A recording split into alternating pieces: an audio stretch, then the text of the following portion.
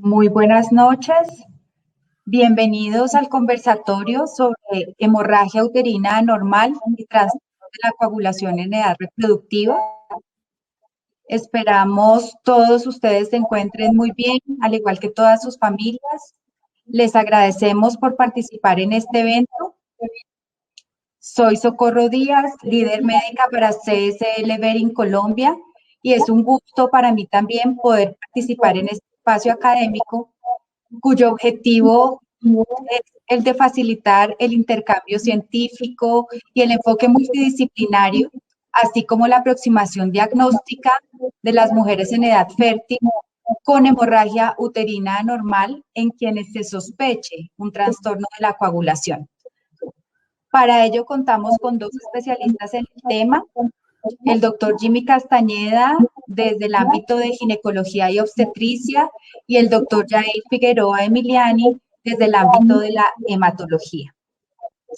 El doctor Jimmy Castañeda, muy conocido por todos ustedes, es médico ginecólogo de la Universidad Militar Nueva Granada, especialista en medicina reproductiva de la Fundación Universitaria Sanitas, especialista en cirugía laparoscópica avanzada de la Universidad CES, Fellow del American College of Obstetricians and Gynecologists, director de educación de FECOLSOC, coordinador de cirugía mínimamente invasiva del Hospital Militar y también hace parte del staff de ginecología de la clínica de Marley. Por su lado, el doctor Jair Figueroa Emiliani, especialista en medicina interna y subespecialista en hematología de la Fundación Universitaria de Ciencias de la Salud, Hospital de San José, quien tiene una amplia experiencia en el ámbito clínico, de investigación y de docencia universitaria, y actualmente es el coordinador del Servicio de Hematología y Oncología en el Hospital Universitario de Medellín. Muchas gracias a los expositores y a los participantes. Les agradecemos que por favor sometan las preguntas en el chat que se encontrará abierto durante todo el evento. Muchas gracias, doctor Jimmy. Bueno, muy buenas noches a todos. Doctora Díaz, muchas gracias por la presentación. Doctor Figueroa, gracias por acompañarnos en este evento, en un tema que para mí es parte muy importante de mi práctica diaria y del cual estoy convencido de la importancia de promover estos conceptos en los ginecólogos, en los estudiantes de medicina, en los residentes, porque definitivamente es claro que debemos trabajar fuertemente en mejorar la calidad de vida de las pacientes, las que vemos todos los días. Entonces, la hemorragia uterina anormal, enfocada hacia los trastornos de la coagulación en el segmento de la edad reproductiva, es lo que vamos a trabajar. Y como está mencionado aquí, pues vamos a trabajar basados en un caso clínico. Esto no va a ser una presentación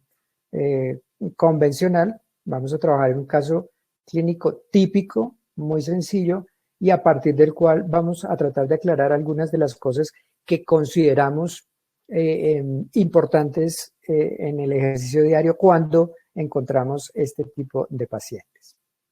Presentamos nuestros conflictos de interés, el del doctor Jair Figueroa y los míos. Y comenzamos con el caso clínico. Entonces, estamos ante una paciente, una mujer de 28 años, quien consulta por presentar sangrados menstruales irregulares y abundantes.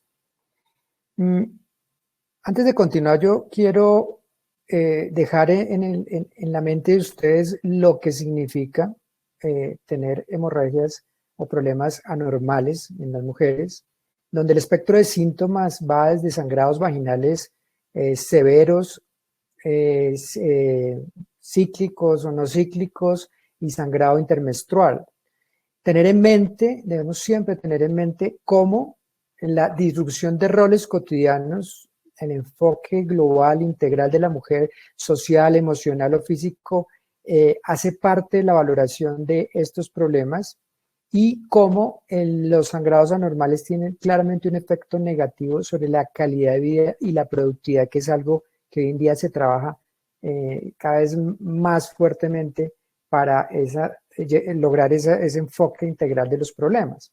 La prevalencia de la hemorragia va del 3 a 35%, y hay segmentos especialmente susceptibles de problemas como son el segmento de adolescentes o aquel segmento cercano a la menopausia entre la cuarta o quinta década de la vida. De esta manera, vamos a ver que por lo menos una tercera parte de las mujeres se verán afectadas en algún momento de su vida con este problema. De esos, la mitad no buscan atención médica y hay un problema muy importante asociado a todos los problemas de sangrado y es la anemia, en el sentido de que es una de las condiciones que producen mayor aumento de la morbilidad obstétrica. Una paciente que se embaraza con anemia tiene una morbilidad mucho mayor que una paciente que no tiene esta dificultad. Bueno, con ese preámbulo entonces pasamos en esa paciente de 28 años que tiene alteraciones de consulta por sangrado menstrual abundante y ciclos irregulares.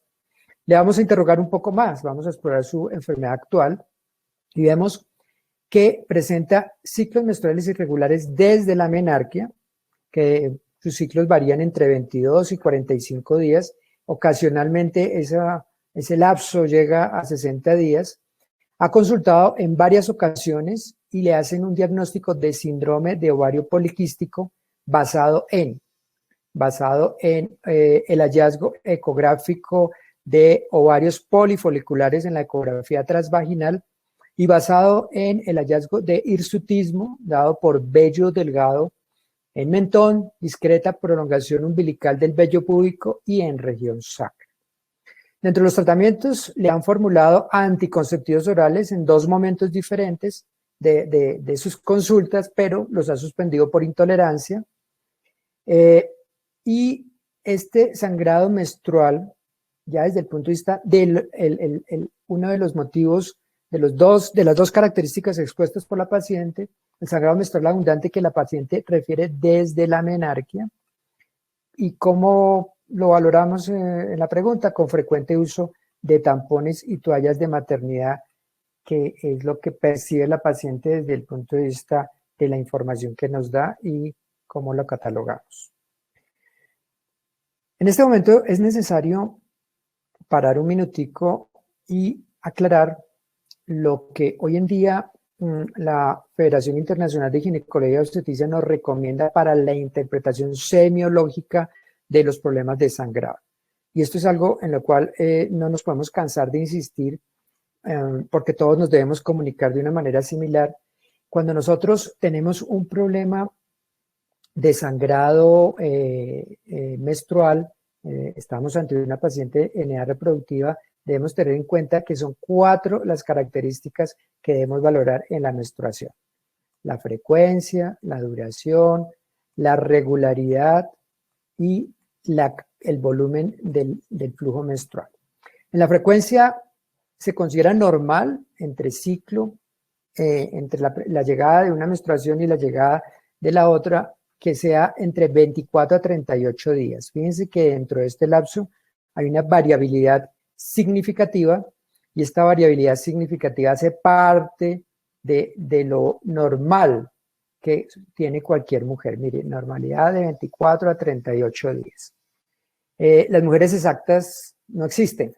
A veces los esgrimimos como algo socialmente importante, pero esto no existe. En cuanto a duración, la normalidad menor o igual a 8 días, o sea, se considera anormal por encima de 8 días. Cuando esta frecuencia, que el parámetro inicial es menor de 24 días, hablamos de ciclos menstruales frecuentes, y cuando es mayor de 38 días, de ciclos menstruales infrecuentes. La regularidad, uno de los patrones, digamos que en los cuales podemos tener mayor dificultad para diagnóstico, es cuando analizados los anteriores 6 ciclos de la paciente, la diferencia entre el ciclo más corto y el más largo es mayor a 7 a 9 días. ¿De qué depende esos 7 a 9 días? Depende del momento en el cual esté la paciente. de 18 a 25 años se considera anormal, de 9 días o más, de 26 a 41 años mayor a 7 y de 42 a 54 años mayor a 9. Acuérdense que este segmento de la paciente joven, adolescente y el segmento perimenopáusico son los que mayor variabilidad tiene por los cambios propios de la ovulación. Y se llama irregular cuando cumple ese criterio. La cantidad del flujo, como un parámetro subjetivo, es cuando esa pérdida de sangre es excesiva, percibido por la paciente, interfiere con el estado físico, social y emocional y la calidad de vida de la mujer. Y el otro parámetro que valoramos es la presencia de sangrado intermenstrual, como un sangrado diferente al menstrual, y los sangrados no programados con medicamentos hormonales. Recordemos que cuando nosotros damos anticonceptivos orales a las pacientes y la paciente sangra cada mes, ella no menstrua. Son sangrados programados, porque se diseñaron para que haya sangrado y la paciente piense que es una menstruación, pero el proceso fisiopatológico es otro. Entonces, en ese marco vamos a continuar con los antecedentes de la paciente. Entonces, esta paciente tuvo la menarquia a los 14 años, tiene un embarazo que terminó en aborto, sus ciclos ya los mencionamos, no tiene citología vaginal, a la exploración de enfermedades no tiene antecedentes, quirúrgico solamente el de grado por el aborto mencionado, toxicoalérgico, tiene alergia a los antiinflamatorios no esteroideos y tiene antecedente familiar de su madre a la cual se le realiza histerectomía por presencia de miomatosis uterina. En el examen físico, como hallazgos de importancia, es una paciente que pesa 67 kilos, tiene una talla de 1,57, tiene un índice de masa corporal de 27, o sea, está en sobrepeso, tensión arterial de 120/70, frecuencia cardíaca de 90, vello delgado del mentón, discreta prolongación umbilical de vello púbico y en región sacra, acné facial, y el examen genitourinario es normal. Esto es lo que es llamativo o importante o consideramos importante en el examen físico de esta paciente. Con estos hallazgos hacemos una impresión diagnóstica, como a mí me gusta llamarla, sindromática, hemorragia uterina anormal, que es el concepto de hemorragia o sangrado uterino anormal con el cual debemos manejar desde el punto de vista diagnóstico inicial todas las pacientes con problemas de sangrado. Hacemos un análisis semiológico, que es la recomendación, y es enfoquemos en hemorragia uterina normal, pero pasemos a hacer, con base en ese interrogatorio que hemos hecho con la paciente, un análisis semiológico. Entonces, tenemos dos síntomas de sangrado que no necesariamente tienen que ver con lo mismo, podrían tener que ver o no. Ciclos menstruales infrecuentes, acordémonos que tiene ciclos menstruales cada 24, 45, hasta 60 días, y que claramente son irregulares, que podría ser producido en ese interrogatorio que hemos hecho y en ese análisis de la paciente como un problema ovulatorio, probablemente secundario al síndrome ovario poliquístico que tiene diagnosticado esta paciente. Pero tiene adicionalmente un problema que es un sangrado menstrual abundante. El sangrado menstrual abundante no puede interpretarse por el mismo problema ovulatorio, entonces nosotros comenzamos a pensar o en un problema endometrial o en un problema de trastorno de la coagulación. Entonces aquí es donde siempre recomendamos pasar a la segunda parte que nos recomienda Figo, y es, miremos desde el punto de vista etiológico, ya hicimos el análisis semiológico, miremoslo desde el punto de vista etiológico. Entonces, fíjense que desde el punto de vista etiológico nosotros tenemos la mitad izquierda, que son las causas estructurales, y la mitad derecha, las causas no estructurales. Siempre debemos comenzar por la parte izquierda. Miremos las causas estructurales para ver si esta paciente tiene. Recordemos en esta mnemotecnia del PALM, donde lo primero son pólipos endometriales, lo segundo es adenomiosis, lo tercero es miomas, y lo cuarto tiene que ver con la presencia o no de hiperplasia. Recuerden que si la paciente termina con cáncer, pues pasa a una clasificación diferente y un enfoque diferente por parte de Figo. Y luego, entonces, pasamos a la parte derecha, donde están las causas no estructurales. Están los problemas de coagulación, las coagulopatías, las disfunciones ovulatorias, la causa endometrial, la causa iatrogénica por medicamentos o las que no estén clasificadas.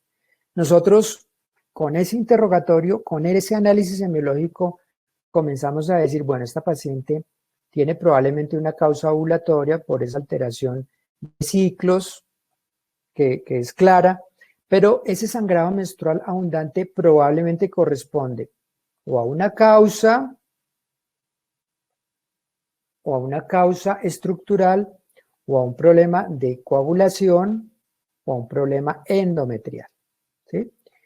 El examen físico, siendo normal, pues nos comienza a llevar más hacia las causas no estructurales, ¿cierto? Sin embargo, necesitaríamos un poquito más para poder dar esa certeza o irnos más hacia las causas no estructurales como tal. Yo quiero recordar en este resumen asociado al PALCOIN cómo cada una de las causas tiene un tipo de sangrado semiológicamente atribuible. En el caso del pólipo, de la adenomiosis o del mioma, nosotros podemos encontrar sangrado menstrual abundante o menstruaciones prolongadas. En el caso de la hiperplasia, ciclos frecuentes o sangrado intermenstrual. En algunos casos podríamos tener sangrados prolongados. En el caso del COIN, la coagulopatía nos lleva a menstruaciones prolongadas o sangrado menstrual abundante, la causa ovulatoria a ciclos frecuentes, infrecuentes o irregulares, las causas endometriales a menstruación prolongada y sangrado menstrual abundante, las causas iatrogénicas nos pueden llevar a sangrado menstrual abundante, por ejemplo, una T de cobre, nos produce sangrado menstrual abundante y hace parte de la iatrogenia, o a sangrado intermenstrual, que es una de las componentes importantes de la mayoría de los efectos no esperados de los anticonceptivos. Y otras causas no clasificadas donde quiero mencionar el Limosele porque pues su predominancia es tan importante, ese defecto de cicatrización poscesárea, pues importante porque nosotros hacemos muchas cesáreas y por ende vemos mucho el problema donde se produce sangrado intermenstrual. Entonces, con ese análisis semiológico y etiológico, el paso siguiente nuestro es qué exámenes requerimos para ir un poquito más claro hacia dónde puede ser el problema. Entonces, nos recomienda Figo que en estas pacientes, adicional a una historia clínica estructurada, que es lo que acabamos de hacer, debemos pedir un cuadro hemático y debemos pedir una ecografía pélvica transvaginal. En este caso, la ecografía pélvica transvaginal es normal y encontramos una hemoglobina de 11. Entonces, recuerdan que esta paciente tiene una frecuencia cardíaca de 90, entonces que de pronto en algunos casos pasamos un poquito de lado, pues esta paciente probablemente esté ese sangrado anemizándola, lo cual cambia un poquito la perspectiva de análisis y esa frecuencia cardíaca comienza a tener importancia. ¿Y será que nos hace falta algo en la anamnesis cuando nosotros estamos recomendando hacer una historia clínica estructurada, enfocada a hemorragia uterina normal, enfocada al análisis semiológico y enfocada a el proceso que nos recomienda Figo en cuanto a etiología? Figo también nos dice, mire, haga siempre en este caso el interrogatorio estructurado de coagulopatía.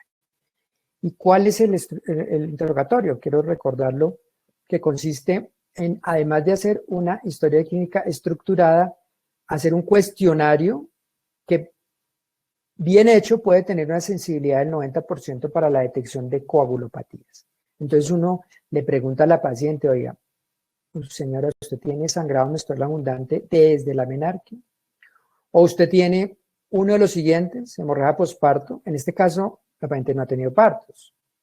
¿Sangrado en alguna cirugía que le han realizado? Pues no le han realizado cirugía, pero de pronto en ese legrado podemos explorar un poco más si tú de pronto requirió transfusión o sangrado asociado con trabajo dental, o preguntarle si presenta equimosis una o dos veces, más de una o dos veces al mes, epistaxis una o dos veces por mes, sangrado frecuente de encías o historia familiar de síntomas de sangrado.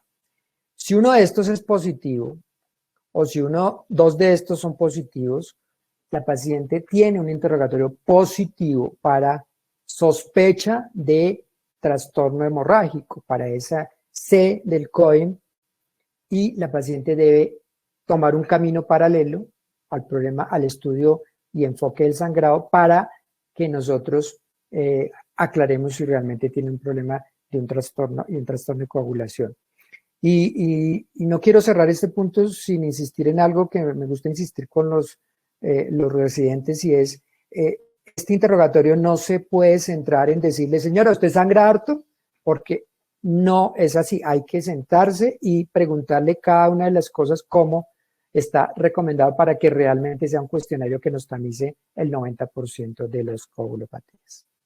Entonces, en este momento, yo voy a dejar de compartir, le voy a ceder la palabra al doctor Figueroa para que, por favor, continúe él con este enfoque basado en la historia clínica. Doctor Jimmy, muchísimas gracias, y muchas gracias por la invitación a compartir con ustedes este escenario académico. Gracias, doctora Díaz, también por la invitación, y un saludo a todos los participantes. Por favor, doctor Jimmy, ¿me confirma si mi pantalla se está viendo? Sí, señor, se ve perfecto. Bueno, muchísimas gracias. Después de su intervención tan productiva, para mí realmente me recordó muchísimos conceptos, y además de recordarme, me enseñó algunos, porque creo que algunos han cambiado de forma significativa desde mi formación básica en ginecología.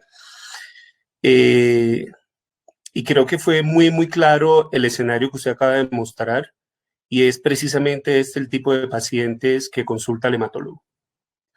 Este tipo de pacientes es direccionado generalmente por el ginecólogo, pero en algunas otras ocasiones por médicos familiares o incluso por médicos generales.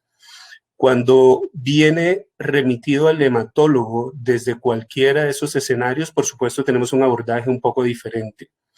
Y el abordaje, o el mejor escenario para nosotros, es cuando viene remitido el ginecólogo, porque claramente consideramos, asumimos, y generalmente lo encontramos en las notas remisorias o en las historias clínicas, que todas esas alteraciones han sido descartadas de forma muy juiciosa. Esa mnemotecnia que usted mencionaba hace algún momento, del PAN-COIN, y seguramente ya se direccionó de forma adecuada un interrogatorio o que genera la sospecha de un trastorno coagulopático de tipo hemorrágico. Entonces, en ese escenario, cuando a nosotros como hematólogo nos llega un paciente, nosotros claramente sabemos que todas las demás alteraciones ginecológicas han sido descartadas, o por lo menos estudiadas sin encontrar algo relevante y que lo explique, y empezamos a estudiar o empezamos a incursionar en un mundo que realmente es una rareza y que pareciera estar muy claramente definido cómo se aborda, pero que todavía tiene mucha incertidumbre, desafortunadamente, y sobre todo porque son patologías, las coagulopatías hemorrágicas son patologías raras en forma general, y esto es importante tenerlo en cuenta. Se ha descrito que las coagulopatías a la población general están entre un 15 o un 20% afectando a la población general, y las mujeres en etapa reproductiva no son la excepción, y el porcentaje es muy similar. Es un porcentaje también muy similar en relación al número de mujeres con sangrado menstrual abundante que pueden padecer algún tipo de trastorno hemorrágico. Y aquí es importante resaltar que muchos de estos trastornos hemorrágicos son subdiagnosticados en este tipo de mujeres. Entonces, ¿cuándo hacer un tamizaje para desórdenes hemorrágicos a mujeres con sangrado menstrual abundante?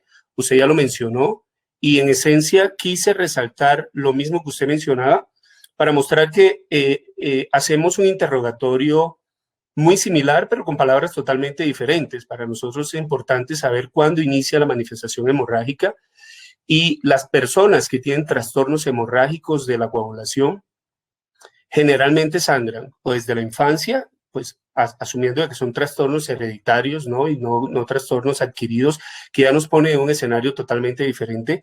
Los trastornos hereditarios generalmente sangran desde la infancia o cuando hay situaciones que llamamos retos hemostáticos. Y estos retos hemostáticos incluyen, por supuesto, la menarquia, y es una de las razones por las que dentro de las recomendaciones de la FIGO está considerarlo cuando el sangrado menstrual abundante se origina desde la menarquia. Entonces, en esencia, para nosotros es importante saber cuándo inicia el sangrado, si es desde la infancia, desde la menarquia, o si se asoció a algún reto hemostático. Y de pronto, para definir reto hemostático, no es más que una condición generalmente cruenta que tiene un sangrado esperado, pero que por lo general ocasiona un sangrado mucho mayor al esperado, y que en ocasiones tienen que hacerse alguna intervención médica para ser corregida. Entonces, nos interesa saber eso, nos interesa saber si un paciente tiene o no tiene antecedentes familiares de manifestaciones hemorrágicas inusuales. Esto es importante porque los trastornos hereditarios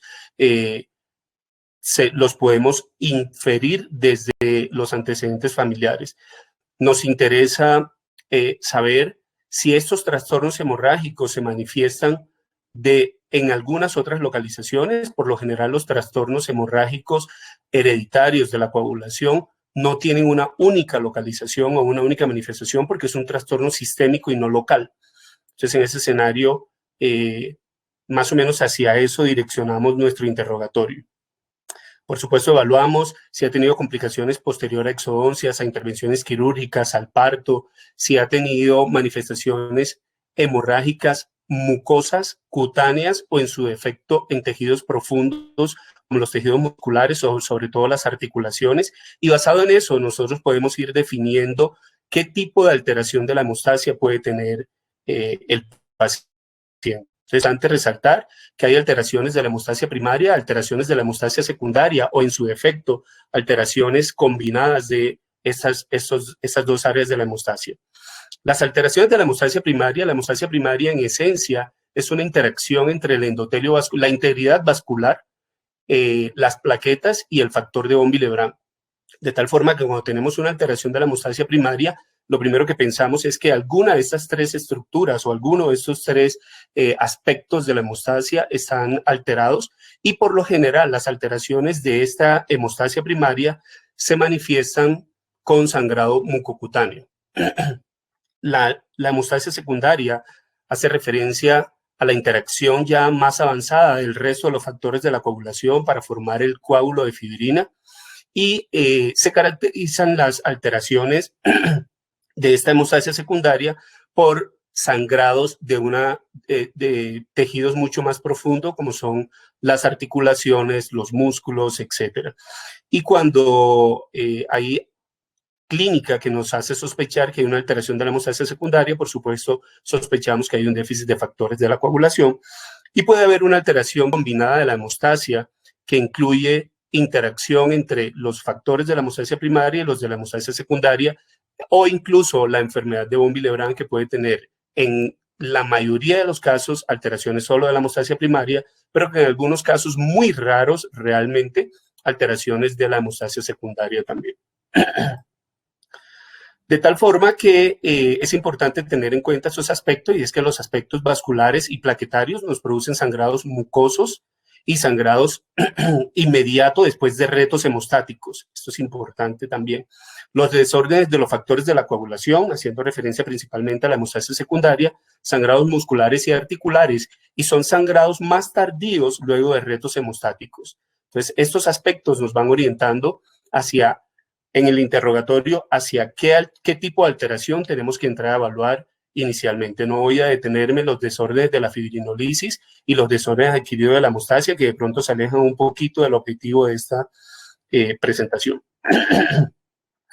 Nosotros, una vez que hemos hecho el interrogatorio y tenemos claro que no hay una alteración anatómica o funcional, una alteración fisiológica que ya los ginecólogos han descartado en esta mujer que claramente, como lo mencionaba el doctor Jimmy, nos manifiesta que su sangrado menstrual abundante se originó en la menarquia. Por supuesto, hacemos el interrogatorio de los antecedentes familiares, de la exposición a retos hemorrágicos, etcétera, y aplicamos una herramienta. Pues no siempre la aplicamos realmente, intentamos al máximo, pero desafortunadamente esto va a depender de muchos aspectos, el tiempo de la consulta, la conectividad del internet y todo esto, pero esto es una herramienta que la Asociación Internacional de Trombosis y Hemostasia tiene en su página y que nos permite también, así como lo mencionaba el doctor Jimmy, definir de acuerdo a algunos parámetros que diligenciamos la probabilidad de que esta paciente tenga o no tenga un trastorno hemorrágico de la hemostasia y que requiera estudios. Por supuesto, es un conjunto de aspectos que tenemos en cuenta para definir que se requiere o no se requieren estudios, y no es solo esta herramienta o no es solo el interrogatorio. Por supuesto, también el examen físico, ahora con la virtualidad se nos hace un poco más complicado, pero el examen físico es importante porque hay manifestaciones hemorrágicas que los pacientes de los que los pacientes no se percatan. Sumado a eso, es importantísimo la subjetividad de la interpretación de manifestaciones hemorrágicas. En las mujeres, sobre todo, podemos ver que con mucha frecuencia se quejan de lesiones equimóticas en las extremidades, nunca aparentemente con una etiología definida, y esto por supuesto nos ocasiona una subjetividad en la interpretación, porque la mayoría de estos casos son por traumas que no han sido notados por parte de los pacientes. Entonces, esa es la herramienta que utilizamos cuando nos enfrentamos a un paciente como este. El papel del hematólogo va más allá de identificar simplemente si el paciente tiene o no tiene indicación de hacer estudios para hemostasia primaria y secundaria en búsqueda de un trastorno hemorragíparo de la coagulación, sino también identificar algunas otras alteraciones que pudieran requerir de intervención por el hematólogo, como es el caso de identificar la anemia, verificar que sea por deficiencia de hierro, que es la causa más frecuente en este tipo de pacientes, y definir si el paciente requiere o no requiere la administración de hierro parenteral, que también tiene unos cálculos y una forma de definirse, teniendo en cuenta que el hierro también es una sustancia que puede tener efectos secundarios importantes. Entonces, ¿cómo evaluamos a estos pacientes? Luego de llenarme de argumentos para definir que esta paciente sí requiere estudios de hemostasia primaria y secundaria, pues por supuesto voy a hacer estudios direccionados a evaluar estas dos etapas de la hemostasia. Y son quizá los paraclínicos con los que quisiéramos que llegaran los pacientes por lo menos a el hematólogo, y es un hemograma y un extendido de sangre periférica, un PT y un PTT. En el hemograma y el extendido de sangre periférica, por supuesto, evaluamos la presencia de anemia, evaluamos la presencia de trombocitopenia o en su defecto trombocitosis, que también puede condicionar una alteración hemorrágica, y evaluamos la fórmula blanca para asegurarnos de que no hay citosis o citopenias que pudieran orientarnos a una alteración no de la hemostasia como alteración genética, sino secundaria a una patología hematolinfoide como una leucemia o alguna otra de esas entidades. Y con el hemograma, además de ver el recuento plaquetario y con el extendido de sangre periférica, evaluamos la morfología plaquetaria que nos puede orientar a trastornos cualitativos de las plaquetas. Por supuesto, los tiempos de coagulación, que terminan siendo el gran dolor de cabeza, no solamente para los hematólogos, sino incluso para las demás especialidades. Los internistas lo padecemos mucho, los médicos generales y, por supuesto, las áreas quirúrgicas y anestesia. Estas dos pruebas son el dolor de cabeza la mayoría, y son el dolor de cabeza precisamente porque desafortunadamente en nuestro país tenemos muy pocos laboratorios con entrenamiento suficiente para hacer un adecuado procesamiento de estas pruebas. Estas pruebas son muy lábiles y hay muchas alteraciones preanalíticas que interfieren con los laboratorios. Y el segundo gran problema que tenemos a nivel país es que desafortunadamente muchos de estos laboratorios, además de que tienen todas esas alteraciones preanalíticas, nos reportan los valores con valores de referencia estándar, y de esa forma nos interpretan interpretan los tiempos de coagulación. Los tiempos de coagulación se interpretan basados en un promedio de tiempos de coagulación del día que deben hacer los laboratorios que procesan esta muestra. De tal forma que los valores de referencia que nos reportan no son los que tenemos que tener en cuenta. Entonces, cuando tenemos estos tres principales exámenes, el hematólogo ya se puede hacer una idea de qué otras cosas debe evaluar, y lo que queremos encontrar en el hemograma es que las plaquetas estén normales para descartar alteraciones plaquetarias, tanto en número como en morfología, y dedicarnos a evaluar hemostasia primaria y secundaria dependiendo de la alteración que encontremos. Entonces tenemos PT, que ya sabemos que el PT nos evalúa la vía extrínseca y básicamente nos orientaría más hacia alteraciones hepáticas o unos tipos de trastornos hemorrágicos muy infrecuentes, como son el déficit de factor 7, por ejemplo. El caso más frecuentemente encontrado en este tipo de pacientes, como la que el doctor Jimmy mencionaba, es una prolongación del PTT. Y la prolongación del PTT empieza un dilema nuevo, y es que tenemos que entrar a evaluar si esta prolongación del PTT se asocia a una alteración realmente hemorrágica o se asocia a una alteración protrombótica, como en el caso del síndrome de anticuerpos antifosfolípidos, y son dos escenarios totalmente diferentes. Si encontramos un PTT prolongado, pues por supuesto lo que hacemos posteriormente es hacer una prueba de mezclas que consiste en tomar el suero del paciente, el suero que está enfermo o que tiene el PTT prolongado, con un suero estándar y mezclarlos y ver si corrigen. Si corrigen, me está diciendo que en el suero estándar hay unos factores que estoy adicionando al suero del paciente y que al adicionarlos corrijo el tiempo de coagulación, y en su efecto eso me orienta a que el paciente tiene un déficit de factores de la coagulación. Y entonces ya por ahí me tengo que direccionar a evaluar si se trata de una hemofilia, si se trata de un déficit, de una enfermedad de von Willebrand o algunas otras alteraciones de los factores de la coagulación. Si esta prueba de mezclas no corrige, me habla de que puede haber algo que nosotros llamamos un anticoagulante circulante, como es el anticoagulante lúpico, como son los anticuerpos antifosfolípidos, y esto nos habla o lo interpretamos como una alteración no asociada a trastornos hemorrágicos, sino una condición que in vitro prolonga los tiempos de coagulación, y pudiéramos creer que se asocia a sangrado, pero que realmente in vivo contribuye o genera una alta probabilidad de trombosis, y que tenemos que entrar a evaluar en un escenario totalmente diferente, que es el abordaje diagnóstico del síndrome de anticuerpos antifosfolípidos.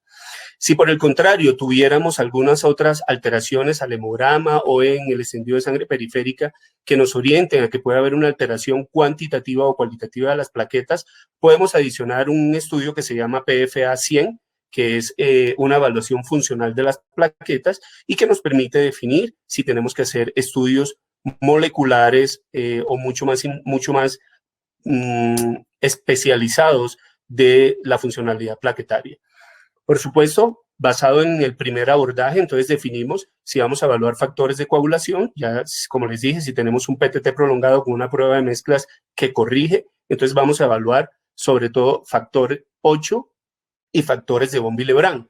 El factor de von Willebrand tiene dos características, y es que uno es la proteína como tal, que es a lo que le llamamos factor de von Willebrand antígeno, y la proteína, la capacidad funcional de esa proteína, que es lo que le llamamos factor de von Willebrand funcional.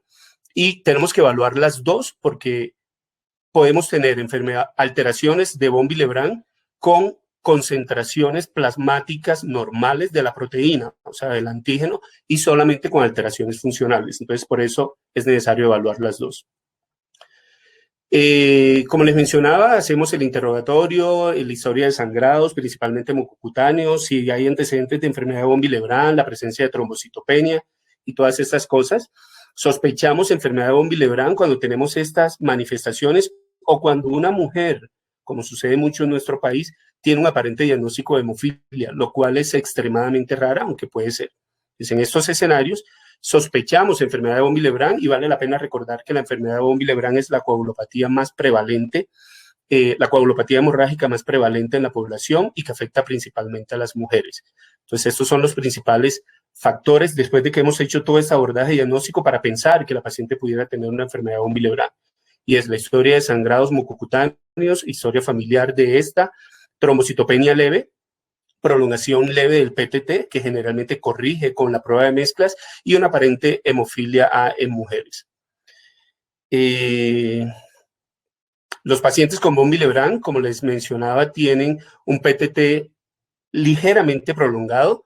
Realmente, para que se prolongue el PTT se necesita una disminución bastante significativa de los niveles plasmáticos del factor de von Willebrand o del factor 8.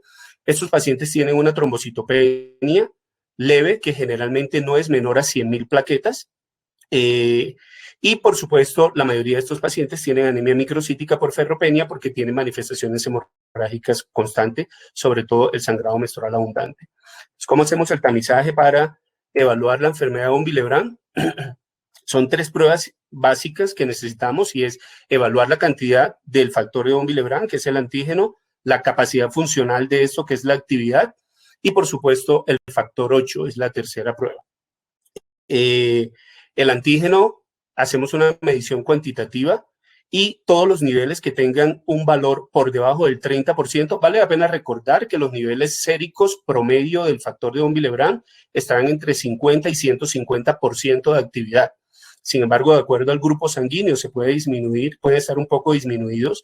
Los pacientes tipo O pueden tener hasta un 25% menos del valor de factor de von Willebrand que tiene el resto de la población. Pues cuando hacemos una medición y esta medición, ya sea de antígeno o de actividad, nos da un valor por debajo del 30%, decimos que el paciente tiene una enfermedad de von Willebrand y ya entraremos a subclasificar la enfermedad de von Willebrand. Hay una entidad que todavía es un poco controversial y que se recomienda en las últimas guías no llamar de esta forma, pero que para efectos prácticos debe ser llamada así, y es una entidad que se conoce como niveles bajos de factor de von Willebrand, que es cuando estos pacientes tienen entre 30 y 50%, y que estos pacientes deben tener un seguimiento estricto porque si bien no deberían tener manifestaciones hemorrágicas espontáneas, ante retos hemostáticos, sobre todo cirugías mayores, probablemente vayan a requerir la administración de factor de von Willebrand para disminuir la probabilidad de complicaciones hemorrágicas. Y si el nivel de factor de von Willebrand está por encima del 50%, es un nivel totalmente normal. Es importante resaltar que los niveles hemostáticos del factor de von Willebrand están por encima del 30%. Eso quiere decir que toda persona con un nivel por encima del 30% de factor de von Willebrand no debería tener manifestaciones hemorrágicas espontáneas, sino solamente tras retos hemostáticos, y uno de esos retos, por supuesto, es la menstruación. La actividad, pues, nos evalúa básicamente la prueba o la capacidad funcional del factor de von Willebrand para unirse a las plaquetas, al colágeno y al factor 8, pero no vamos a entrar en detalle en eso, que termina siendo más confuso porque al final nos lo van a reportar también como una actividad, una funcionalidad del 30% o mayor a esta. Y la actividad del factor 8, teniendo en cuenta que los pacientes con déficit de factor de von Willebrand pueden tener también déficit leve del factor 8, teniendo en cuenta que el factor de von Willebrand es el carrier, por así decirlo, del factor 8. Entonces, si no hay factor de von Willebrand, no vamos a tener factor 8 circulante en la circulación porque es de vida media muy corta y se degrada rápidamente de la circulación. Entonces, como les mencionaba, cualquier prueba funcional o antigénica que reporte menos de 30% de actividad es consistente con enfermedad de von Willebrand. La enfermedad de von Willebrand tiene 3 tipos y es importante tener en cuenta esto porque a veces se nos pide, no solamente por parte de ginecólogos, sino por parte de muchas especialidades, que cuando consideramos que un paciente no tiene una enfermedad de von Willebrand tipo 1, deberíamos descartar tipo 2 y tipo 3 y estas realmente son extremadamente raras. La enfermedad de von Willebrand tiene la tipo 1, que es un déficit parcial de la proteína, la tipo 2, que es un déficit cualitativo de la proteína, puede tener concentraciones normales, pero con una actividad baja. Y la tipo 3 es un déficit severo o una ausencia de la proteína circulante. Este último tipo representa solo el 5% y se manifiesta con sangrados extremadamente severos, como si fuera una hemofilia severa. El tipo 2 tiene unos subtipos que no voy a entrar a describir ahorita porque también es un poco complejo y no vale la pena llenarlos de toda esta información que no va a ser muy práctica para ustedes, pero en forma general es un porcentaje muy bajo, alrededor del 15% de los pacientes que pudieran padecerlo. Es una entidad bastante rara y puede tener manifestaciones mucocutáneas o manifestaciones de sangrados profundos. Y el tipo 1, que es el 80% de los pacientes que padecen enfermedad de von Willebrand, básicamente se caracteriza por sangrados mucocutáneos. Entonces, esto se los mencionaba porque es importante tener en cuenta que cuando nosotros vamos a estudiar coagulopatías, partimos del hecho de que solamente entre el 15 y el 20% de los pacientes de la población mundial general pudiera tener una coagulopatía. Y además, me voy a saltar esta diapositiva, que la enfermedad de von Willebrand es una enfermedad de muy baja incidencia, que cada vez se hace más prevalente por la longevidad que se está teniendo, pero que se presenta más o menos en 1 de cada 10.000 sujetos. Y de esos, la mayoría son mujeres. Entonces es importante tener, porque cuando miramos y tratamos de evaluar 1 de cada 10.000 mujeres, realmente la probabilidad de encontrar una paciente con enfermedad de von Willebrand es bajo. Y solamente para mostrarles cómo son las prevalencias de estas enfermedades o la posibilidad de que encontremos estas enfermedades de coagulopatía, que estas 3 son las más frecuentes y todo lo demás es extremadamente más raro. Entonces, para encontrar una hemofilia A o una enfermedad de von Willebrand, tenemos que evaluar más o menos 10.000 sujetos, y para encontrar una hemofilia B tenemos que evaluar alrededor de unos 40.000 sujetos. En hemofilia A y hemofilia B, la mayoría son hombres. En enfermedad de von Willebrand afecta a los 2 sexos, pero la mayoría son mujeres. Entonces, eso era lo que quería mostrarles en relación a el abordaje que los hematólogos hacemos de los pacientes con sospechas de coagulopatías en forma general, pero por supuesto direccionado en este caso al caso clínico que estábamos mencionando. No sé si hay alguna pregunta, alguna duda.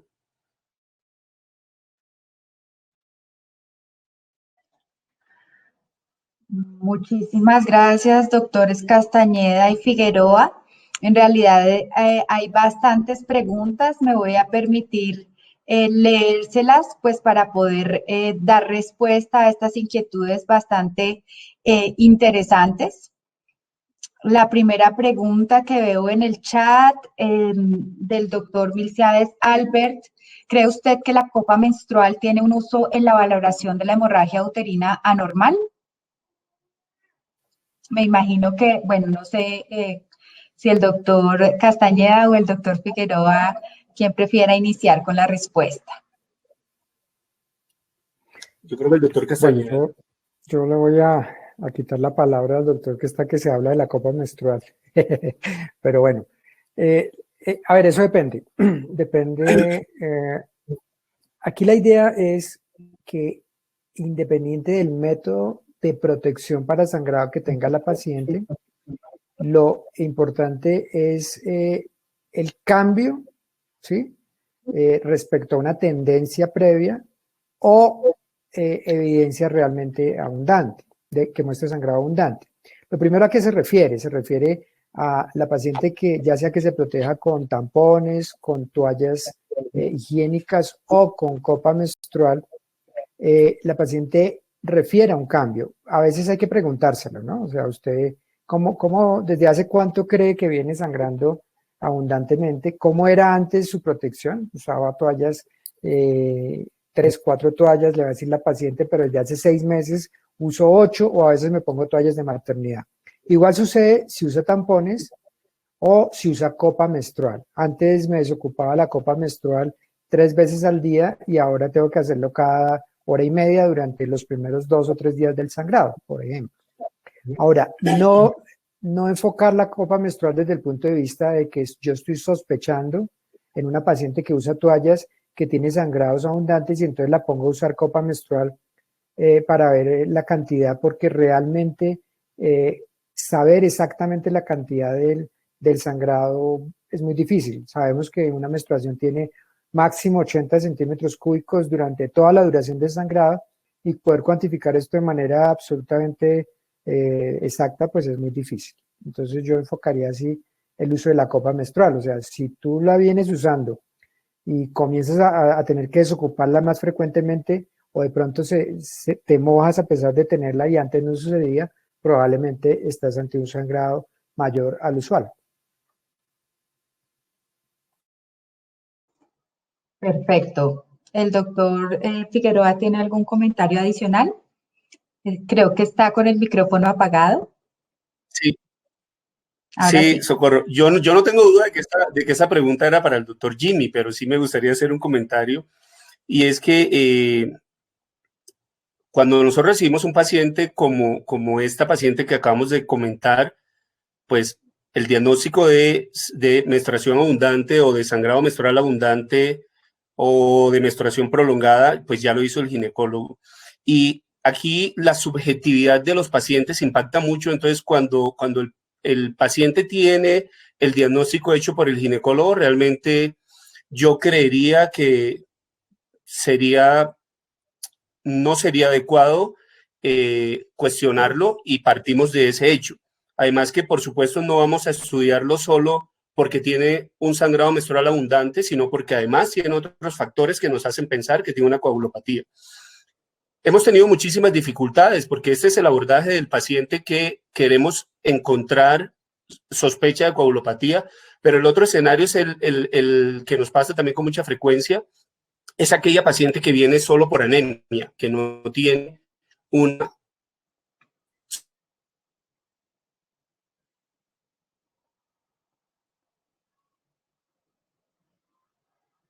No sé si el doctor está teniendo problemas, el doctor Jimmy. menstrual pudiera condicionar anemización. Y entonces ahí empiezan las controversias porque la subjetividad de la paciente. Hay pacientes que nos dicen, doctor, es que yo me cambio la toalla cada hora. Y uno dice, wow, ¿y por qué te la cambias cada hora? No, doctor, porque es que si me mancho un poquito me la quiero cambiar. Y eso, por supuesto, nos cambia todo el escenario. Entonces yo creo, y en relación a la copa la conozco hace poco, solo en fotos, porque cuando los pacientes empezaron a decirme que usaban copa, me tocó buscar en internet para ver qué era. Y yo sí creo que pues, los métodos que los ginecólogos implementen para cuantificar el sangrado menstrual son los más idóneos porque hay una subjetividad impresionante por parte de los pacientes. Perfecto, muchas gracias. Otra pregunta de la doctora Joana Corredor. ¿La presencia de anomalías estructurales uterinas nos descarta la posibilidad de sospechar trastornos hemorrágicos? Bueno, yo tomo la palabra ahí. Precisamente una de las cosas que debemos tener en cuenta cuando nos enfrentamos ante una paciente con hemorragia uterina anormal es que podemos tener más de una causa del problema y lo contrario, podemos tener causas estructurales que no sean la causa del problema, sino sean hallazgos que no explican los síntomas.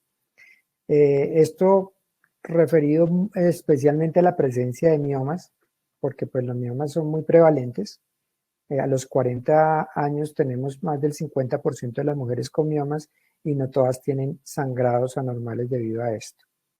Entonces, la situación en la cual nosotros encontramos una patología estructural, debemos analizarla desde el punto de vista semiológico para saber si esa anomalía estructural explica el síntoma que tiene la paciente de acuerdo a las características que sabemos que produce semiológicamente el tipo de sangrado, de acuerdo a lo que mostré en las diapositivas, si nos dice que no, pues lo descartamos. Si nos dice que probablemente sí, tenemos que hacer la implementación del interrogatorio de coagulopatía de todas maneras, y si la paciente tiene ese interrogatorio positivo, esta paciente se debe estudiar adicionalmente para trastornos de la coagulación.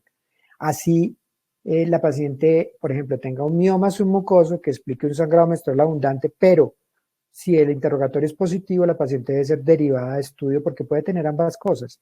Ahora, en esta paciente específicamente del caso clínico, ¿qué es lo que nos lleva a tener un interrogatorio positivo? Que tiene sangrados abundantes desde la menarquia. Tiene 28 años y está anémica.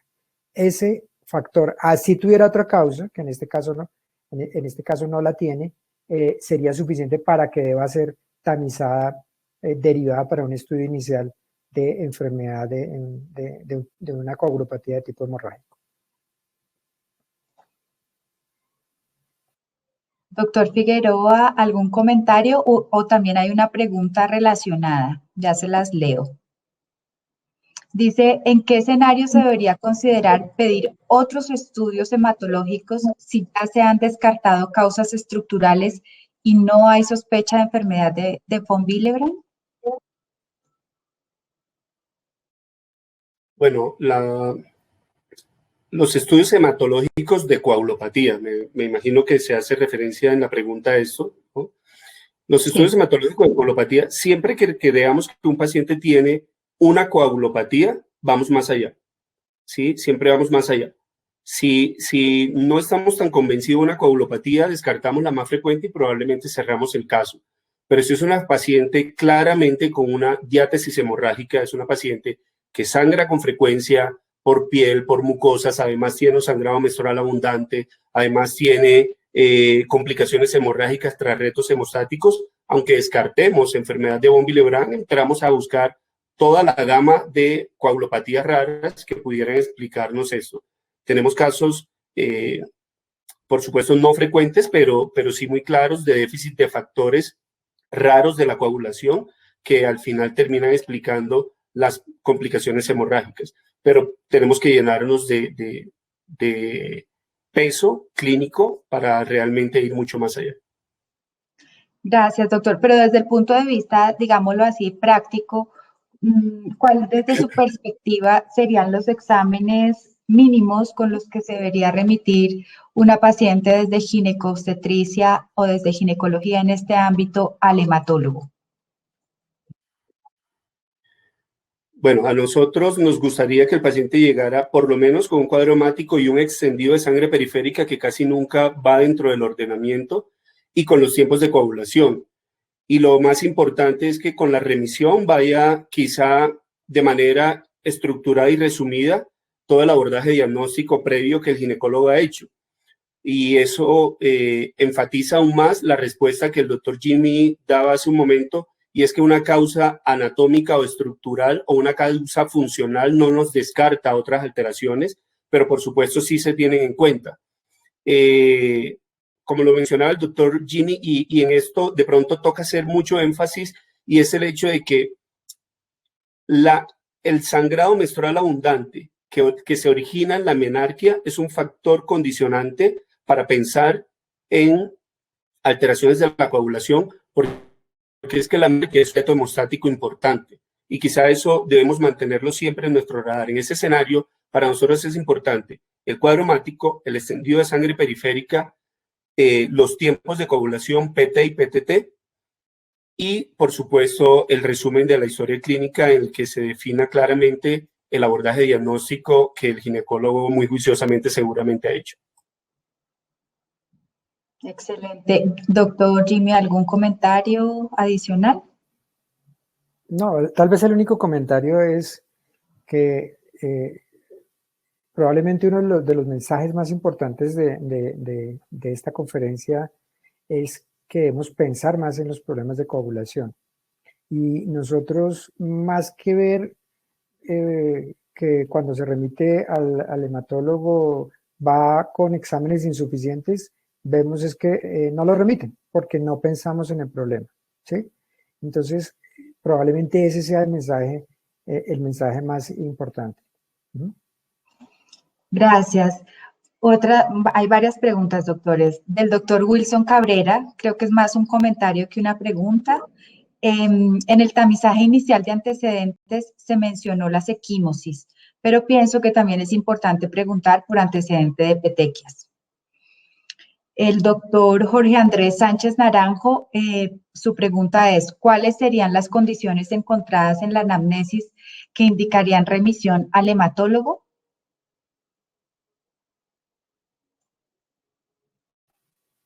A ver, las condiciones están dadas por la sospecha de coagulopatía, ¿sí? En este caso de tipo hemorrágico. Y la sospecha de coagulopatía está dada por un interrogatorio positivo para coagulopatía. Digamos que desde el punto de vista de tener unos pasos estructurados, esa sería la contestación a la pregunta. A veces vamos a ver casos mucho más claros, pacientes jóvenes, adolescentes, que desde que tienen una menarquia relativamente reciente y comenzaban a presentar sangrados muy abundantes. Esa paciente es muy evidente con esos sangrados porque esta paciente comenzó a tener lo que el doctor Yair llama el reto hemostático por su cambio fisiológico normal, por su desarrollo del eje hipotálamo hipófisis ovario. Pero digamos que la mayoría de veces no vamos a ver son pacientes que probablemente no tienen problemas tan severos pero que sí lo pueden tener y que los vamos a tamizar a través del interrogatorio. Muchas gracias. El doctor Wilson Cabrera hace una pregunta desde el punto de vista muy práctico y creo que es una realidad en nuestro país. En el primer nivel de atención donde no contamos con PT y PTT, doctor Jair, ¿sirve solicitar tiempo de sangría, tiempo de retracción de coágulo, tiempo de coagulación, reticulocitos?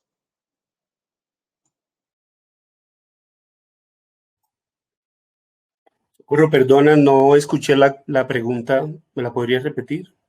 Por supuesto, doctor. Mencionaba que esta es muy seguramente una realidad en nuestro país. El doctor Wilson Cabrera pregunta si en el primer nivel de atención donde no se cuenta con PT y PTT, se podrían solicitar otras ayudas diagnósticas como por ejemplo tiempo de sangría, tiempo de retracción del coágulo, tiempo de coagulación reticulocitos. Bueno, realmente ya el tiempo de sangría es un método diagnóstico que no se utiliza, no tiene mucho impacto clínico, ya realmente no lo utilizamos y no nos aportaría mayores beneficios. En ese sentido, además que es traumático, ¿no? Entonces, no lo utilizamos. Los reticulocitos en el escenario de la evaluación de la coagulopatía no nos aporta nada, pero por supuesto sí nos aporta en el abordaje de la anemia secundaria de esa coagulopatía, si la tuviera. ¿Qué otro me dijiste? Tiempo de sangría, reticulocitos. Y tiempo de retracción del coágulo. Este es un método que tampoco utilizamos de manera rutinaria. Lo hacemos en escenarios muy, muy puntuales de evaluación de la hemostasia, cuando ya hemos atravesado todo un camino y no hemos encontrado nada. Muchas gracias. La doctora Silvia Ramírez Muro pregunta, ¿qué exámenes de laboratorio recomienda realizar previo al inicio de tratamiento ante un sangrado agudo severo a fin de evitar alterar los resultados del estudio de coagulopatía?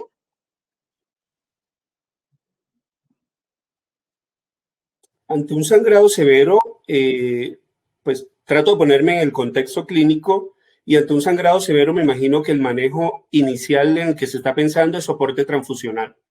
¿Sí? El soporte transfusional de glóbulos rojos, de plasma o de plaquetas no debe ser diferido por la toma de algunos exámenes y para efectos prácticos no nos alterará de forma significativa la evaluación de una coagulopatía hemostática porque la vida media de estos hemoderivados realmente es muy corta y vamos a tener después tiempo para hacerlo.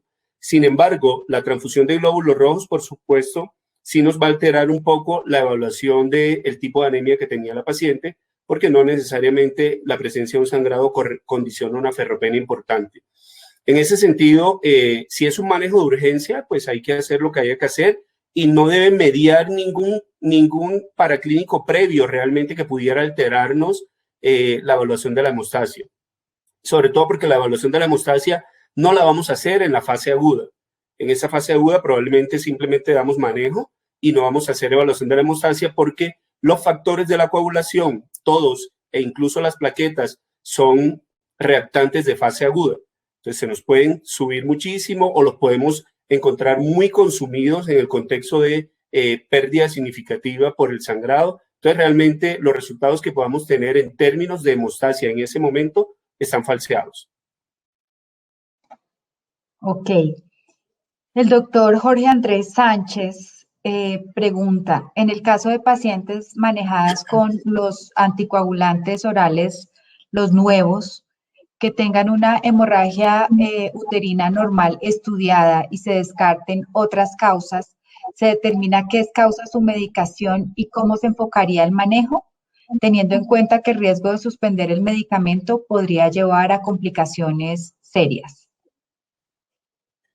Bueno, esta es una pregunta muy interesante porque además es controversial, ¿no? Es controversial porque con los nuevos anticoagulantes orales tenemos un gran problema y es que no tenemos una forma de hacer la medición de su actividad de manera objetiva como si lo hacemos con la warfarina o con las heparinas. Con los nuevos anticoagulantes orales, si un paciente, son dos escenarios diferentes, si un paciente viene con el cuadro clínico que el doctor me menciona y luego se introducen los nuevos anticoagulantes orales, seguramente vamos a potenciar el sangrado. Si es un paciente que viene anticoagulada porque hizo una trombosis, tiene una indicación de eso y le empieza un sangrado genital importante, seguramente se hace el mismo abordaje, se evalúa si hay manifestaciones hemorrágicas por otra localización que pudiera estar condicionándonos la sospecha de una sobreanticoagulación con estos medicamentos, y una opción es poder hacer una transición de estos medicamentos a uno que podamos controlar para asegurarnos de que está en rango seguro, y en su defecto es tratar de dar un manejo distinto que ha sido incluso controversial, y es poner algunos hemostáticos además del anticoagulante durante el tiempo del sangrado, si es sangrado menstrual. Sin embargo, los nuevos anticoagulantes orales no dejan de ser tan buenos anticoagulantes, pero de generar tanta controversia porque desafortunadamente todavía no podemos medirlos de una forma práctica en la vida clínica diaria. Bueno, hay otra pregunta y es ¿cómo evaluar adecuadamente los tiempos de coagulación desde la perspectiva de una especialidad diferente a la hematología? Y aquí hay otra muy relacionada, otra pregunta donde sería ¿cuáles serían los valores de referencia de PT y PTT? Bueno, como lo mencioné hace un momento, voy a empezar por la última pregunta. Como lo mencioné hace un momento, los tiempos de coagulación no se interpretan con los valores de referencia, porque los valores de referencia son los que las proteínas que se están utilizando para su evaluación nos dan en el contexto del inserto. Si el inserto de la prueba dice, cuando usted ejecute un PTT con este reactivo, los valores de referencia entre los cuales se va a reportar esta prueba, por decir algo, son entre 21 y 25 segundos. Los tiempos de coagulación deben interpretarse con un índice que se toma en el día. Cada laboratorio entrenado en hemostasia, y eso lo hacen los grandes hospitales y los laboratorios de hemostasia en el país, toman un pool de pruebas de pacientes sin alteraciones y miden entonces ese reactivo que decía que entre 21 y 25, y miran cuál es el tiempo promedio en el que el PTT está coagulando. Entonces, al final nos dicen el control del día son 24 segundos. Está dentro del rango de referencia de la prueba, pero el valor de referencia que el clínico debe entender es el valor del índice del día. ¿Sí? Entonces, a partir de esos 24 segundos que me está reportando el laboratorio de todas las pruebas que hizo ese día, es que yo voy a entrar a evaluar mis tiempos de coagulación. ¿Sí? No sé si de pronto fui claro con eso. Si un paciente tiene 27 segundos y el valor del índice que me está reportando el laboratorio es de 24, tiene solo 3 segundos de prolongación, eso es un PTT totalmente normal. Pero si yo me fuera solo a evaluar los valores de referencia, si lo cojo desde el límite inferior, está bastante lejos, y si lo cojo desde el límite inferior, desde el límite superior, está bastante corto. Entonces, por eso los tiempos de coagulación no se interpretan con los valores de referencia de la prueba que se está utilizando, sino con el índice del día del laboratorio que lo procesa de un pool de pacientes sanos. No sé si fui claro, mi doctor Jimmy, si fue claro el mensaje con respecto a eso. Sí, señor, muy claro. Perfecto. La doctora Alejandra Portilla pregunta si el ácido tranexámico es efectivo para la hemorragia uterina anormal. El ácido tranexámico definitivamente es una de las alternativas de manejo que debemos tener en mente en los problemas de hemorragia uterina anormal. Es claro que su uso, hablando de hemorragia aguda, tiene unas indicaciones bastante puntuales, aceptadas. En el momento del sangrado agudo es una de las alternativas en la paciente en general en edad reproductiva. En manejo crónico igualmente puede ser, pero más que una indicación, yo lo miro como una estrategia dentro del proceso. Si nosotros tenemos obviamente dependiendo la causa, obviamente dependiendo el tipo de paciente, nosotros podríamos decidir en un manejo médico observacional no quirúrgico usar sistemáticamente ácido tranexámico. Aquí el asunto es que tendría que usarlo todos los meses cada vez que tenga sus menstruaciones durante 2 o 3 días, pero hay pacientes que se acomodan a esto. Entonces es una alternativa para contestar la pregunta de si es efectivo, sí. Lo que no debe quedar en el aire es que se deba usar en todos los casos. O sea, es una de las estrategias farmacológicas que podemos utilizar en algunos casos, especialmente en aquellos en los cuales no hay un problema estructural, porque si hay un pólipo, sí nos va a disminuir probablemente el sangrado un poco durante la menstruación, pero el tratamiento es sacar el pólipo. Si hay un mioma submucoso, igualmente el tratamiento recomendado es sacar el mioma, pero podemos usar el ácido tranexámico mientras tanto. Adquiere más importancia en causas estructurales, en causas no estructurales, tipo causa endometrial, tipo coagulopatía, puede ser un coadyuvante del manejo, así haya un diagnóstico de un trastorno hemorrágico. Básicamente en esos dos, en causa ovulatoria, probablemente el esquema recomendado sea enfocado hacia otro lado, más probablemente hacia anticonceptivos orales o dispositivos de liberación de levonorgestrel intrauterinos. En casos iatrogénicos, pues hay que quitar la causa de la iatrogenia.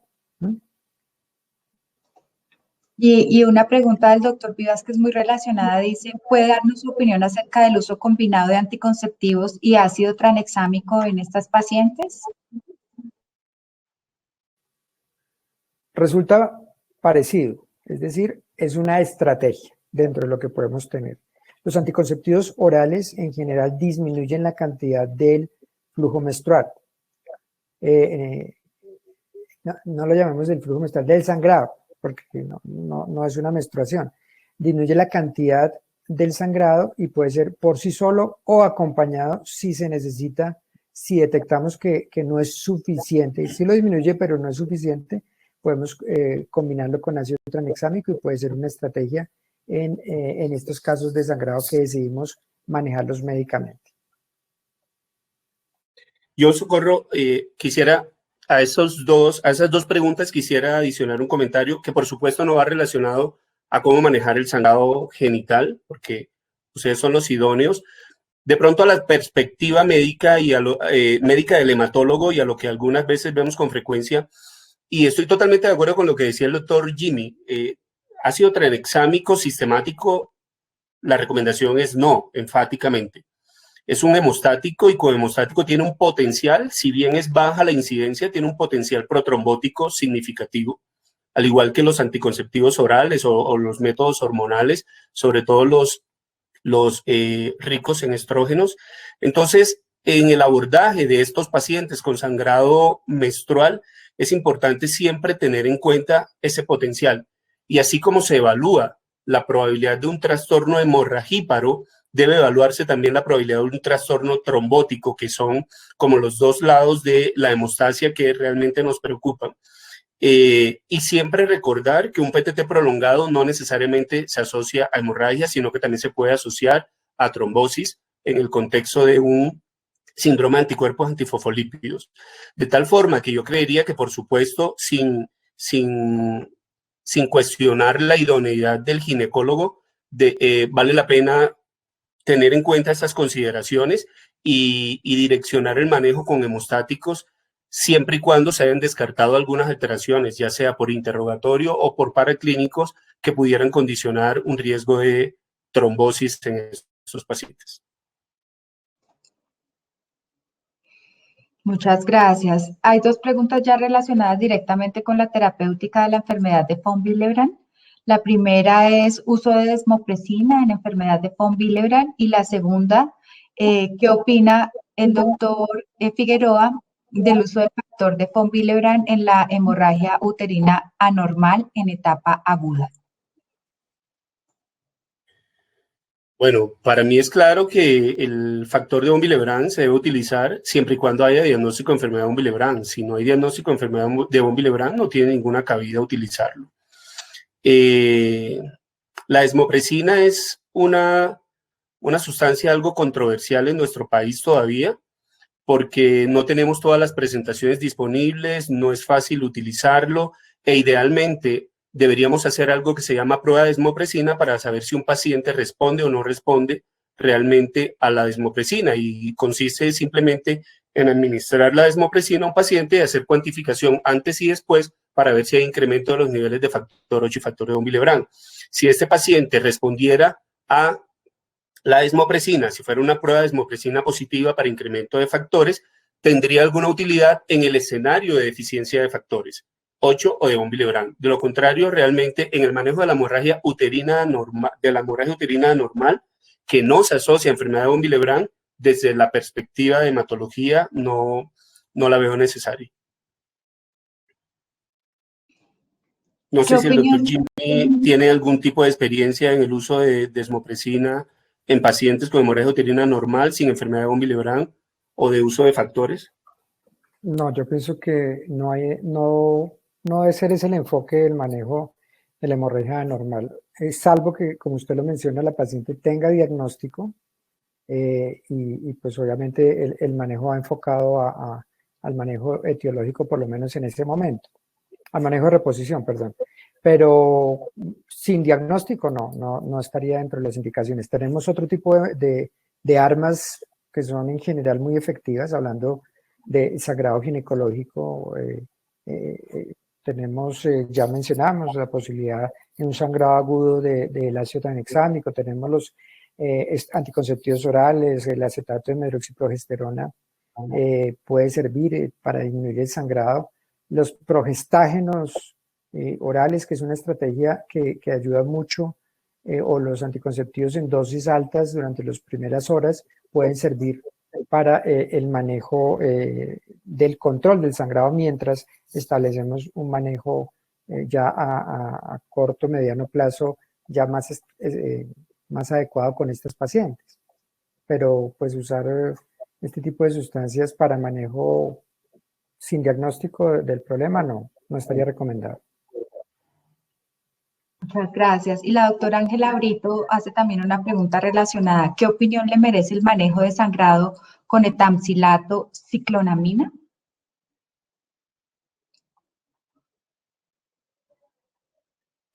Yo en general no tengo, diría, cero experiencia en el uso de esta molécula. Dentro de las guías de recomendación a nivel internacional, pues no está dentro de lo que está recomendado para el manejo de sangrado. Sí tiene de hemorragia uterina anormal como tal. Sí se promociona pues con este tipo de indicaciones, pero pues yo realmente tengo una experiencia muy limitada en la molécula para poderla dar un concepto acerca de ella. Esta pregunta creo que es muy práctica, del doctor Freddy Chávez. ¿Existe un cuadro comparativo entre sangrado, me imagino, y el uso de tampones y toallas sanitarias?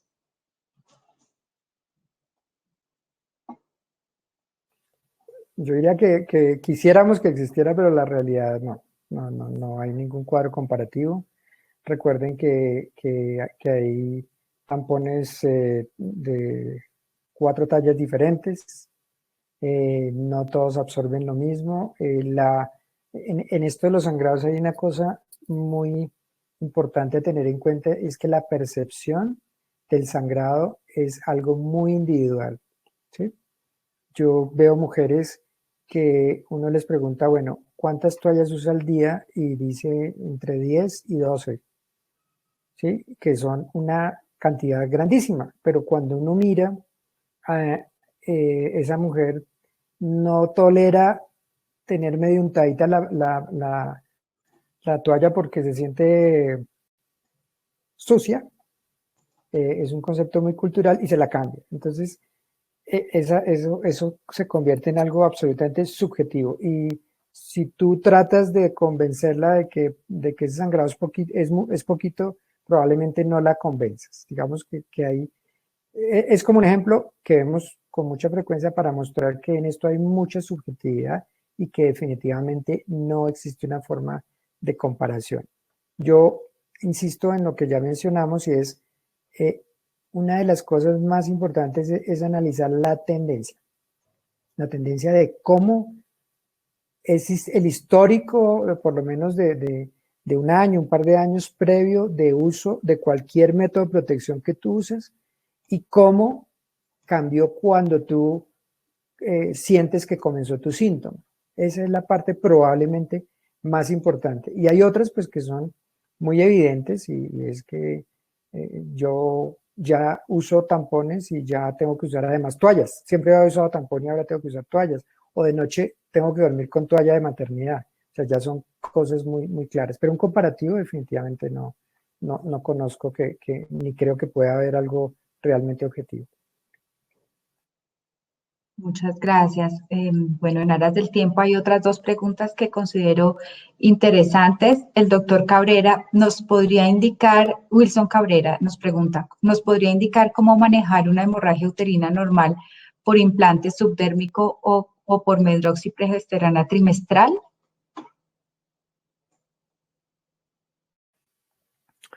A ver,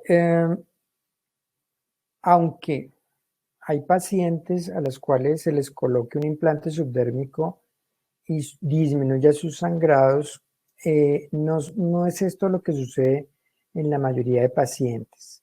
El sangrado o la forma como se comportan los sangrados en una mujer a la cual se le coloca un implante subdérmico es errático. Hay pacientes que comienzan a presentar sangrados espaciados, sangrados frecuentes, sangrados prolongados, a veces abundante, a veces poco. Entonces, como no es una respuesta predecible, no está dentro de los medicamentos, dentro de las formas de tratamiento indicadas en una paciente con hemorragia uterina anormal.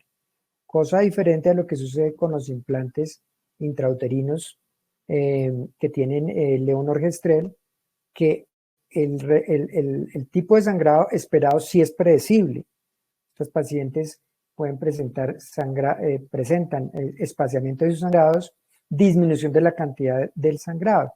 Por eso están indicados para el uso de hemorragia uterina normal, pero los implantes subdérmicos no. Y aunque las sustancias sean la misma en algunos casos, el implante de levonorgestrel y el dispositivo intrauterino, el efecto no es el mismo. Entonces, el implante como tal no se recomendaría para manejo de hemorragia anormal.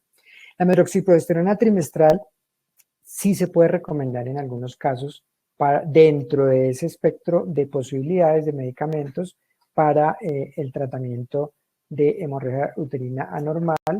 Se utilizaría una ampolla cada 3 meses, igual a como está recomendado para planificación, y lo que se ve es que hay un grupo importante de estos pacientes que presenta o espaciamiento de los sangrados o amenorrea o disminución de la cantidad del sangrado y por eso pueden usarse en el manejo de hemorragia uterina normal. En algunos casos yo podría usar a una dosis un poquito mayor, una ampolla ahora, otra en 15 días y luego sigo cada 3 meses. No pienso que sea adecuado usarla más de esa frecuencia. ¿Qué es lo que pasa con el medroxiprogesterona trimestral? Y es lo que uno debe ver con todos los medicamentos que podamos utilizar dentro de este espectro, y es los efectos secundarios. Los efectos secundarios que vemos en cuanto a peso, los eventos que vemos en cuanto a cambios en la piel, en amenorreas prolongadas después de que lo suspendamos en pacientes en la cual hay una perspectiva de fertilidad, son parte de los efectos con los cuales uno a veces piensa si la utilización, si decide otro tipo de medicamentos para utilización, para tratamiento de este problema. Muchas gracias, doctor Jimmy. Y para el doctor Figueroa, respecto a una respuesta anterior, si el PT y el PTT no se deben interpretar con los tiempos de referencia de laboratorio, sino con el pool de tomas del día, ¿esto no dificulta la interpretación durante la consulta? Claro que sí. De hecho, como les decía, es uno de los grandes dilemas el tener laboratorios de referencia que realmente nos reporten las pruebas de hemostasia de manera adecuada.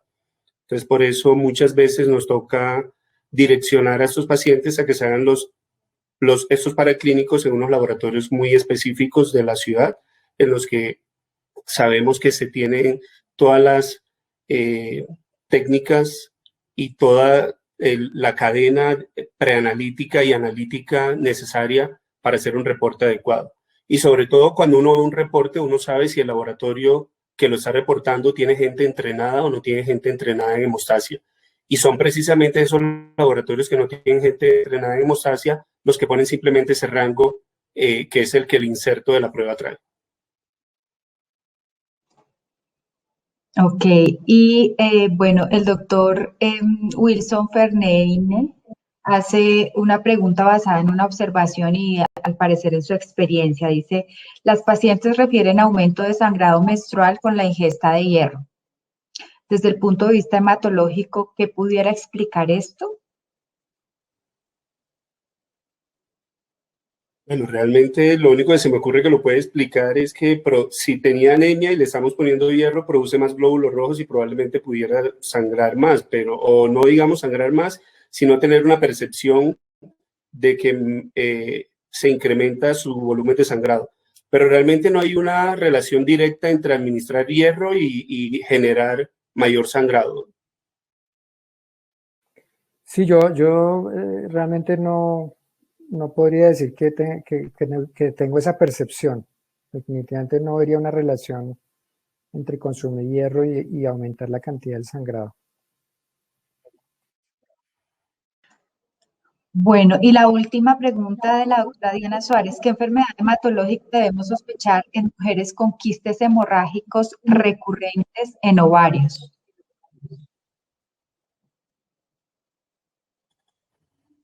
Pues desde mi perspectiva netamente hematológica, ninguna, realmente creería yo. Como les mencionaba, trastornos hemorrágicos, la coagulación, son sistémicos, los heredados e incluso los adquiridos. Entonces, una localización tan puntual no me orienta a que haya una patología hematológica que pudiera explicarlo. Distinto a que sea una mujer que tenga manifestaciones hemorrágicas en múltiples localizaciones y para efectos prácticos el abordaje diagnóstico sería exactamente igual que como lo describí hace algún momento. Excelente, muchísimas gracias. Bueno, no sé, doctor Jimmy, ¿algún comentario adicional? Porque creo que ya es momento de ir cerrando el evento. No, volver a decir algo que ya mencioné un par de veces y es que queremos que haya una sensibilización un poquito mayor a ese resumen que nos dice Paul Cohen de las causas etiológicas de la hemorragia uterina normal, que esa coagulopatía la tengamos realmente en cuenta, tamicemos a las pacientes y las derivemos a los estudios, porque esas pacientes en los cuales resulta positivo el problema, y recordemos que va entre el 15 al 20% de mujeres con problemas de hemorragia, pues vamos a poder manejarlas de una manera más coherente. Ese sería pues el mensaje que yo considero más importante de esta reunión. Doctor Figueroa. No, pues de acuerdo, yo creo que es importante, comparto lo que decía el doctor Jimmy al principio de su conferencia, y es que probablemente estamos remitiendo hoy muy pocos pacientes al hematólogo, y creería que vale la pena estimular más, por supuesto no la remisión como tal, sino la evaluación de los factores de riesgo para considerar que puede tener una enfermedad hemorragípara y direccionarlos para que puedan ser estudiados con más frecuencia estas mujeres y sobre todo para darles una mano desde el punto de vista hematológico a los ginecólogos cuando tienen algunas de estas mujeres con trastornos hemorrágicos o con sangrado genital importante que además no le encuentran nada más. Yo creo que es importante descartar este tipo de alteraciones y por ahí sobre la marcha podemos encontrar algunas otras cosas. Perfecto, pues muchas gracias a los expositores, muchísimas gracias a los participantes. Creo que el objetivo pues de este conversatorio se ha logrado y en realidad es lograr este enfoque multidisciplinario y optimizar bastante ese enfoque diagnóstico que tenemos desde ginecología para una remisión en los casos en que el ginecólogo haya descartado todas las opciones y que de pronto esté sospechando un trastorno de la coagulación, remitir de manera adecuada y oportuna al hepatólogo para profundizar el estudio de los sangrados. Muchísimas gracias a todos y bueno, esperamos haya sido de su interés este tema. Muy amables. Muchas gracias, Socorro. Doctor Jimmy, muchísimas gracias y gracias a todos. Doctor Javi, muchas gracias. Doctora Socorro, muchas gracias. Y muchas gracias a todos los que nos han acompañado y nos han tenido paciencia en este tiempo, a esta hora. Muchísimas gracias, sí. Buena noche. Hasta luego.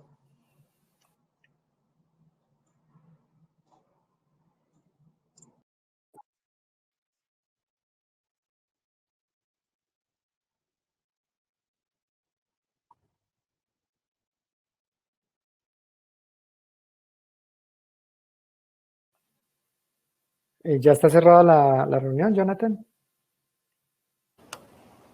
No, Doc. ¿La cierro ya? Si la cierro ya saco Sí, a señor. todos. Ok, Sí, señor. listo.